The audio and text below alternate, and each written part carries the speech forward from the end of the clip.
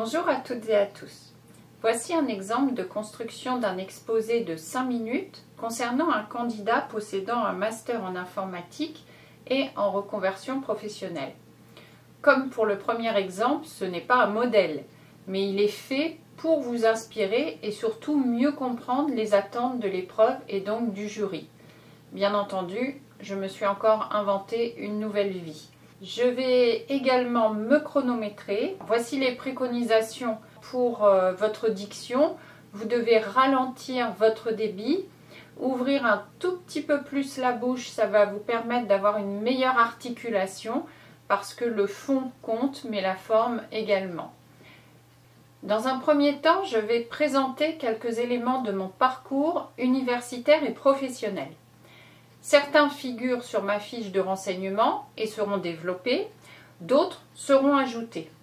L'ensemble sera mis en perspective dans un deuxième temps avec le référentiel de compétences de l'enseignant de 2013 et les missions du professeur afin de montrer ma motivation à embrasser ce métier tout en gardant une vision claire de la réalité et des exigences de ce nouveau métier pour moi. Je possède un baccalauréat scientifique et un master en informatique. J'ai été et je suis encore informaticien dans 2 grandes entreprises depuis 15 ans en tant qu'analyste programmeur. Durant mes études en alternance, j'ai également effectué un stage en Italie et j'ai suivi le parcours intitulé Ingénierie logicielle pour l'Internet en Master 2. Le choix de devenir professeur des écoles prend racine dans mon expérience d'informaticien. Ce métier était également un choix et je m'y suis épanouie. Néanmoins, je réponds aux besoins et attentes des clients.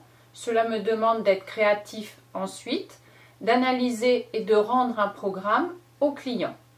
C'est à ce moment que les interactions, explications avec eux surviennent et ce côté me passionne de plus en plus car j'ai l'occasion de transmettre mais surtout me mettre à la hauteur des compétences d'autrui. C'est une des missions du professeur, transmettre les savoirs d'une génération à une autre. Je dois également comprendre, puis remédier aux problèmes qui se posent. J'y vois des analogies avec l'école primaire et les enseignements-apprentissages des élèves. C'est pourquoi je vais développer maintenant ma deuxième partie. Ce projet de devenir professeur des écoles mûrit depuis 2 ans et afin d'avoir une expérience de terrain, j'ai demandé et obtenu un stage d'observation dans une classe de CM1. Ce stage n'est qu'une infime expérience du métier. Mais il avait pour moi un objectif précis, celui de répondre à mon souhait de reconversion professionnelle. J'ai observé l'enseignement du professeur qui m'a accueilli et les apprentissages des élèves, leurs difficultés, particulièrement dans les domaines scientifiques puisque j'avais déjà des connaissances théoriques. Cela m'a mené vers la didactique et la pédagogie, avec notamment les textes officiels, comme les attendus de fin d'année en mathématiques au CM1. Je me suis en effet détachée de mes connaissances théoriques progressivement afin de mieux entrer dans la culture professionnelle du professeur des écoles.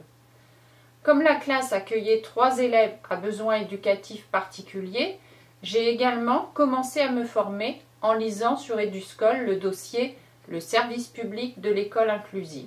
Cela répond à 2 autres missions de l'école, véhiculer les valeurs d'une nation et intégrer à une culture. Ce stage a confirmé mon souhait de devenir professeur des écoles, car j'y trouve cette construction progressive des apprentissages dans la relation maître-élève qui n'est présente dans mon métier d'informaticien que partiellement à la fin du processus. J'y retrouve également le rôle transversal et non plus uniquement premier de l'informatique. En cela, enseigner toutes les disciplines me permettra d'être pleinement au service de la réussite des élèves, comme cela est mentionné dans le document La stratégie pour le numérique 2023-2027 sur education.gouv.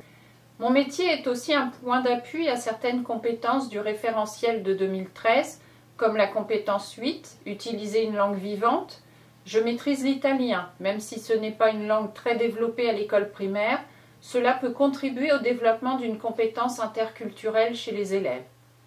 La compétence 9, intégrer les éléments de culture numérique, particulièrement les outils, mais aussi la sécurité sur Internet, sera le lien direct avec mon métier. J'y vois également l'occasion de travailler en équipe, compétence 10, et d'être personne ressource pour les collègues de l'école, voire une circonscription plus tard. Au terme de cet exposé, J'ai conscience qu'il me manque encore beaucoup de compétences, notamment celles qui relèvent de la construction des situations d'enseignement-apprentissage ou encore évaluer les progrès et acquisitions des élèves. Mais je suis déterminée dans mon choix de devenir professeur des écoles et je suis déjà engagée dans un développement professionnel en identifiant clairement mes besoins. Je souhaite réinvestir ce que je maîtrise et qui je suis, mes valeurs, au service des élèves, car il est fondamental pour moi de contribuer à l'éducation des plus jeunes, surtout dans le développement de leur esprit critique et à distinguer les savoirs des opinions. C'est la compétence 1 qui devient mon objectif premier. Voici maintenant les questions que le jury pourrait vous poser à partir de cet exposé. Donc, dans le cas présent, on peut considérer qu'elles porteront sur, par exemple, pouvez-vous nous en dire plus sur votre manière de vous préparer au métier de professeur des écoles, puisque nous avons compris que vous travaillez toujours comme informaticien.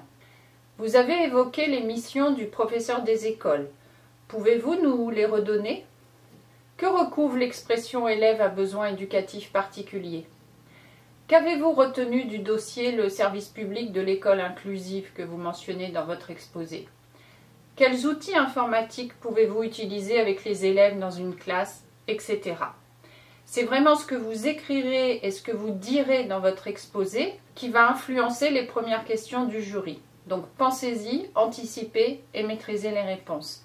À bientôt!